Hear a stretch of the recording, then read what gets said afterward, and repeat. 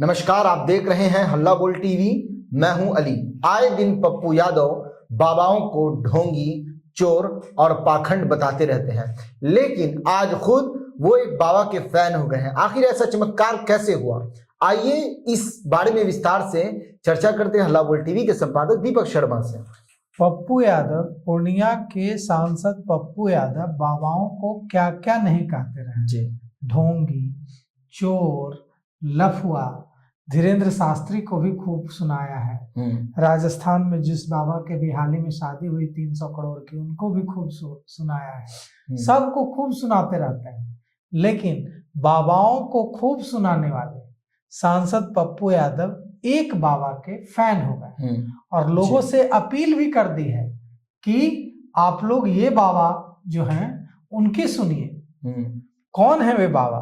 उन बाबा का नाम है प्रेमानंद महाराज। कहा है पप्पू यादव ने कि ये देखिए, जो बाबा हैं हमेशा हंसते रहते हैं, मुस्कुराते रहते हैं, जीवन अच्छे से जीना सिखाते हैं। उस बाबा की सुनिए। उन्होंने उनका नाम परमानंद कहा, फिर उसको सुधारा, कहा प्रेमानंद जी। और पप्पू यादव बाबा के गुण गाते दिखे, लेकिन धीरेन्द्र शास्त्री को खूब सुनाया।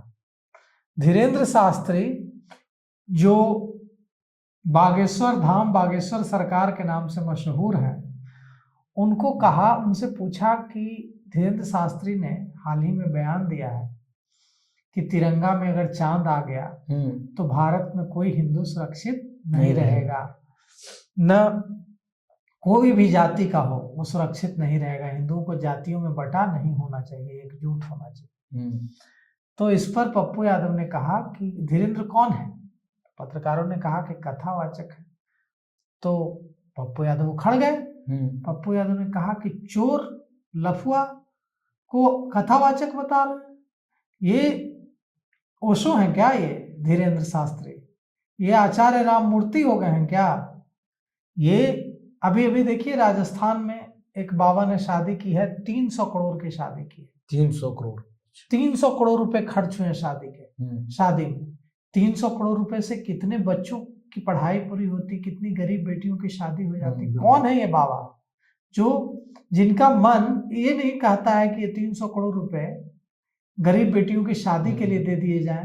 जो सड़क पर अनाथ बच्चे घूम रहे हैं, उनको रहने के लिए उस पैसे का इस्तेमाल करके अनाथालय बनवा दिया जाए। उस पैसे को ये अपने शो करने के लिए, अपनी ब्रांडिंग अहंकार की पुष्टि करने के लिए खर्च कर रहे हैं। 300 करोड़ की शादी कर रहे हैं। बाबा का जीवन तो सादगी भरा जीवन होता है, ये तो अय्याशी भरा जीवन है। तो पप्पू यादव ने बागेश्वर धाम के पीठाधीश्वर धीरेन्द्र शास्त्री बागेश्वर सरकार को खूब सुनाया है और कहा है कि चोर उचक्का को आप लोग कथावाचक बना रहे हैं, ये ओशो नहीं हो गए हैं, ये आचार्य राममूर्ति नहीं हो गए। और उन्होंने कहा कि वो हमारे एक बाबा हैं जो बहुत प्यारे हैं, हमेशा हंसते रहते हैं, प्रेमानंद बाबा। ऐसे बाबा की सुनिए आप लोग, ऐसे बाबा की इज्जत कीजिए। ये चोर उचक्का बाबा, जिसका सनातन से कोई लेना देना नहीं है, हिंदू धर्म से कोई लेना देना नहीं है, सनातन का कुछ पता नहीं है, हिंदू धर्म का कुछ पता नहीं है, उसकी बात आप लोग करते हैं। चोर उचक्कों का नाम ले रहे हैं। संत की बात करनी है तो प्रेमानंद जी की कीजिए, उनकी इज्जत कीजिए। ये राजस्थान में 300 करोड़ की शादी करने वाले बाबा की बात क्यों कर रहे हैं? अब हम आपको बताते हैं कि कौन है वे बाबा जिन्होंने राजस्थान में 300 करोड़ की शादी की है। इनका नाम है इंद्रेश उपाध्याय। ये वृंदावन के मशहूर कथावाचक हैं। 5 दिसंबर को इंद्रेश उपाध्याय ने हरियाणा के शिप्रा शर्मा से राजस्थान के जयपुर में शादी की और इस पर 300 करोड़ रुपए खर्च हुए हैं। 500 वीआईपी शामिल हुए हैं। पप्पू यादव ने कहा कि भारत को बुद्ध के रास्ते पर, कृष्ण के रास्ते पर, अंबेडकर के रास्ते पर, गुरु नानक के रास्ते पर चलने दीजिए। भारत को ये ढोंगवादी लोग भारत के लिए कहीं से सही नहीं है। अब इंद्रेश उपाध्याय जिनकी शादी हुई जयपुर में, इनकी कहानी हम आपको सुनाते हैं। हरिद्वार, नासिक, वृंदावन और विभिन्न देश के हिस्सों से आए हुए 101 पंडितों ने वैदिक रीति रिवाज से इनकी शादी कराई। शादी की रस्में 3 घंटे तक चली और 300 करोड़ रुपए खर्च किए जाने का अनुमान है। इनका जो शादी का मंडप बना था वो तिरुपति बालाजी मंदिर की तर्ज पर बना था। इसमें बड़े बड़े जो मशहूर कथावाचक हैं वो शामिल हुए। साध्वी ऋतंभरा शामिल हुई, आचार्य पुंडरीक गोस्वामी शामिल हुए, संजीव कृष्ण शास्त्री शामिल हुए, अयोध्या हनुमानगढ़ी के महंत राजू दास शामिल हुए, कई सेलिब्रिटी शादी में शामिल हुए। धीरेन्द्र शास्त्री ने क्या कहा था जिस पर पप्पू यादव भड़क गए, हम आपको बताते हैं। धीरेन्द्र शास्त्री ने आरएसएस के शताब्दी हिंदू सम्मेलन में कहा था कि जिस दिन तिरंगे में चांद आ गया उस दिन न तो शर्मा बचेंगे, न वर्मा बचेंगे, न क्षत्रिय बचेंगे, न रविदास बचेंगे, न तुलसीदास वाले बचेंगे, यानी कोई भी हिंदू नहीं बचेगा। बागेश्वर धाम सरकार के नाम से मशहूर धीरेन्द्र शास्त्री ने कहा कि देश को आज जातिवाद नहीं राष्ट्रवाद की जरूरत है। उन्होंने कहा कि अगर हिंदू जातियों में बटा रहा तो उसका नुकसान समाज को उठाना पड़ेगा।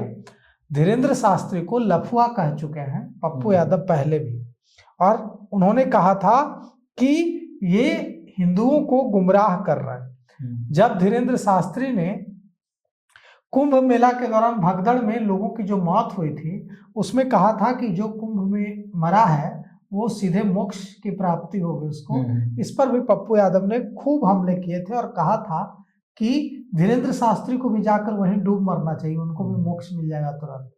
तो दरअसल ऐसे जो बयान हैं वो कहीं से श्रीमद् भागवत गीता, मैंने 2-3 बार श्रीमद् भागवत गीता पढ़ा है जी, उसके खिलाफ है।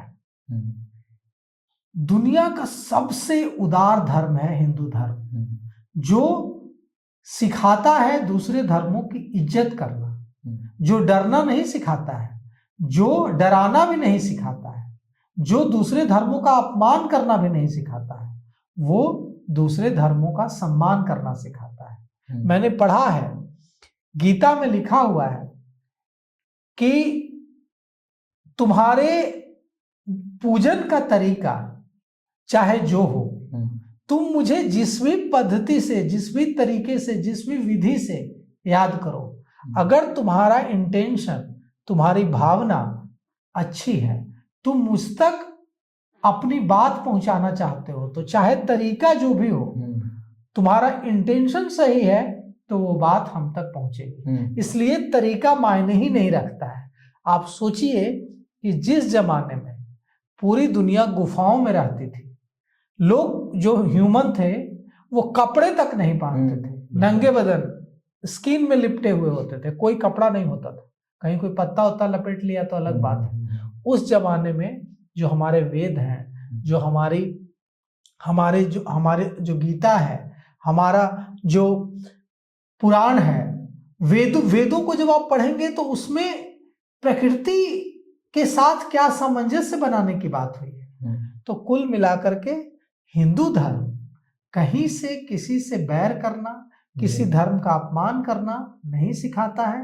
हिंदू धर्म दूसरे धर्मों की इज्जत करना, सामंजस्य से जीना, सहिष्णुता सिखाता है। और भारत जितना हिंदुओं का है उतना ही मुसलमानों का है, उतना ही सिखों का है, उतना ही ईसाइयों का है, क्रिश्चियन का है। भारत एक लोकतांत्रिक देश है, एक धर्मनिरपेक्ष देश है, एक सेकुलर देश है, इसीलिए भारत भारत है। बिल्कुल। तो भारत को न चांद से खतरा है, न भारत को मुसलमान से खतरा है। भारत को वैसे लोगों से खतरा है जो गद्दार हैं, चाहे वे हिंदू हैं या मुसलमान हैं। बिल्कुल। तो सुना आपने किस तरह से पप्पू यादव ने पाखंडी बाबाओं के बारे में बताया और साथ ही उनका नाम भी लिया कि कौन लोग हैं जो पाखंड करते हैं, और ऐसे बाबाओं के बारे में बताया और साथ में नाम लिया, बताया वो प्रेमानंद महाराज हैं जो लोगों को सत्य की राह पर लाते हैं, लोगों को सही दिशा दिखाते हैं, सीधे रास्ते की तरफ लाते हैं और गलत चीजों से रोकते हैं। इस पूरे मामले पर आपकी क्या राय है? अपनी राय कमेंट्स बॉक्स में जरूर दें। तो फिलहाल इस पेशकश में इतना ही। आए की खबरों के लिए बने रहे हल्ला बोल टीवी के साथ। धन्यवाद।